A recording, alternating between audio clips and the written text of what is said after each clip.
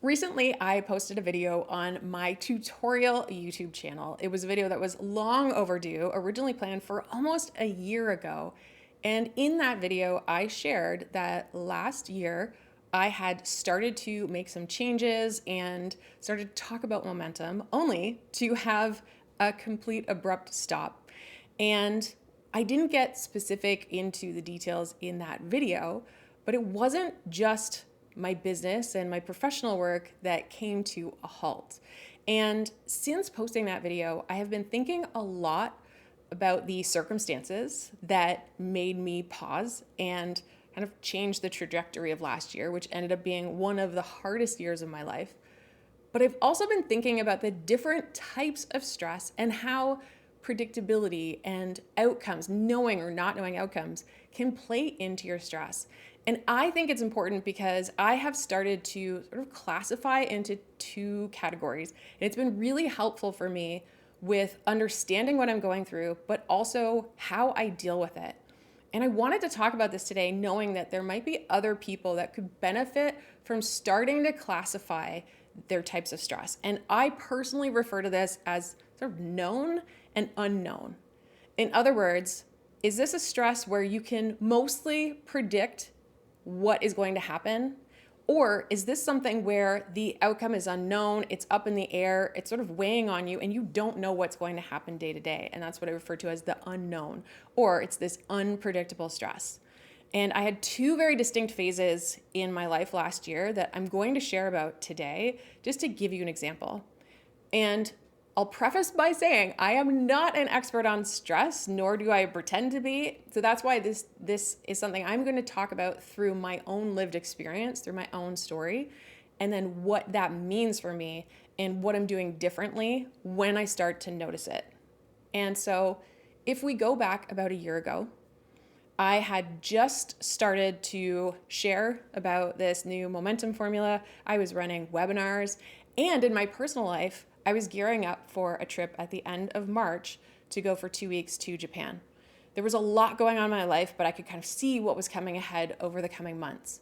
But in the middle of February is when I learned that my brother was going to have a pretty serious surgery to remove esophageal cancer. I knew it was risky.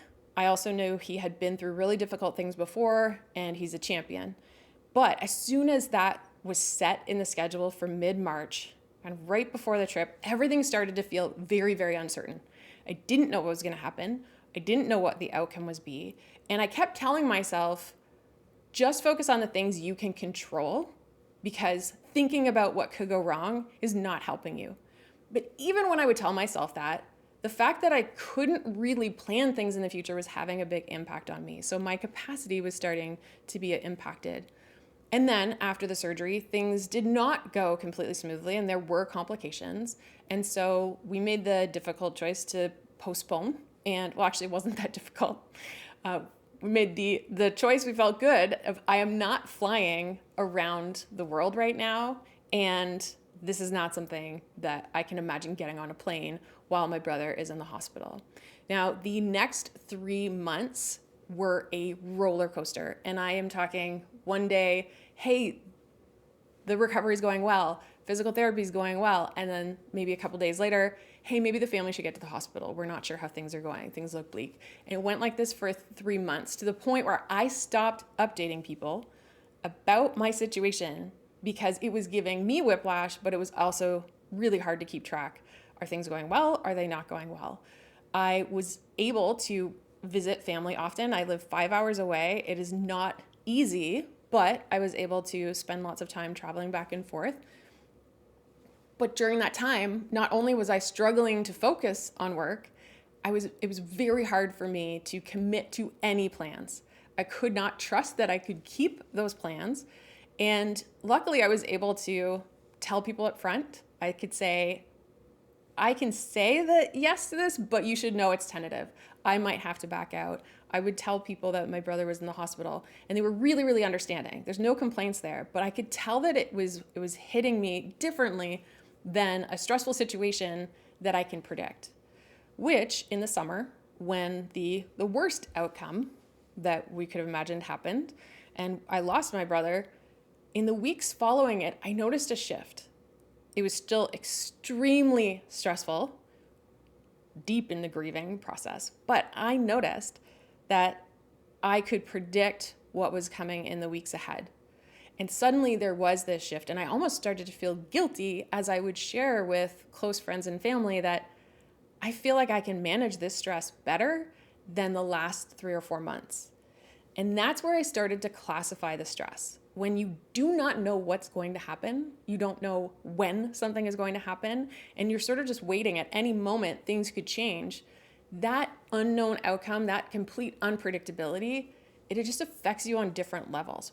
Both of these things will impact your capacity. You can be emotionally drained, you can be mentally drained, and you have to scale and adjust for that.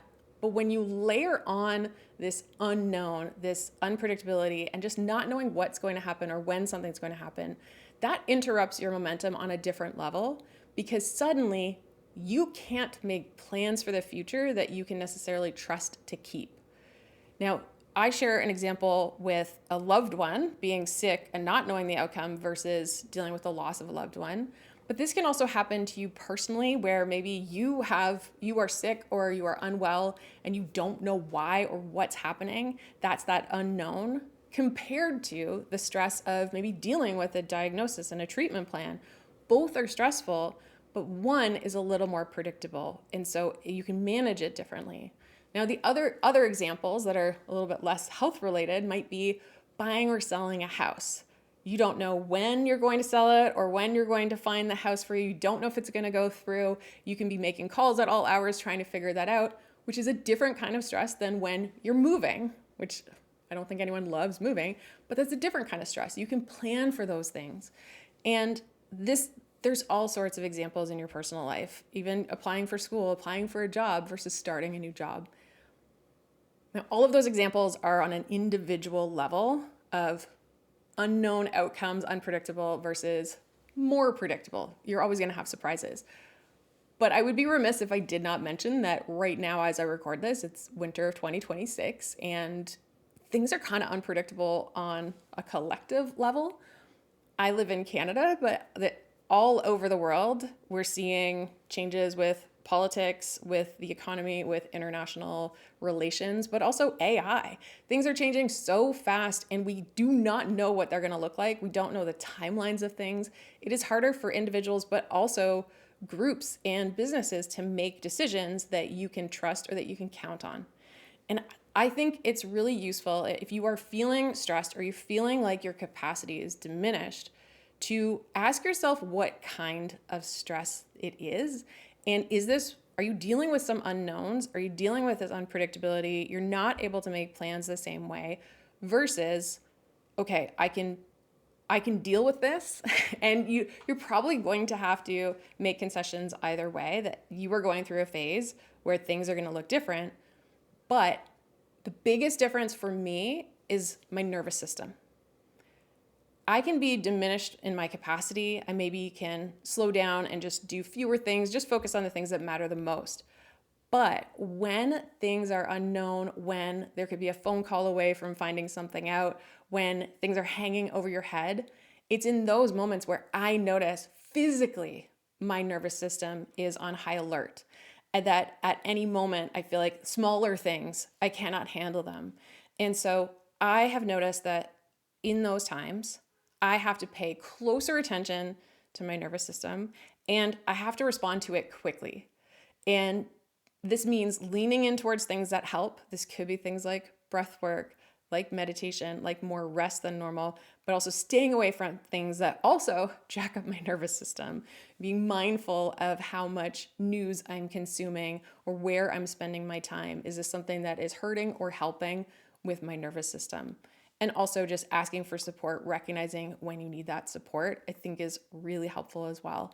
And when I was thinking about these, I also feel like self-compassion, kindness towards yourself, I think it's an essential requirement all the time, but especially during times of stress, either type of stress. But really zeroing in and noticing in the present moment, how are you feeling? How are you physically? And do you need to do things that address your stress? And that's made a very big difference for me. And now I can actually start to recognize when I'm going into one of these more unknown periods, because I notice the shift in my nervous system. I notice the shift in my energy. I feel a little bit more frantic. I feel a little bit more on edge. And that's where I say, okay, what's happening here? You're in this unknown. You don't know what's going to happen. And I know that it helps me to say, just focus on the things you can control. But I also recognize that when something's weighing on you or when something's hanging over your head and there's uncertainty, even when you remind yourself to focus on what you can control, it can still have impacts on you. And that's where I think it's about knowing what works for you to be able to respond to that. Yes, you might have to go slower. Yes, you might have to change the pace or the schedule of what's going on. But I am a big fan of a good cycling metaphor. And a cycling metaphor when it comes to these stressors is I think about those times when I am cycling on a new terrain, maybe a road I've never driven on before, and it desperately needs to be paved, and I do not know how long this stretch is going to last, or when wind is pushing against me.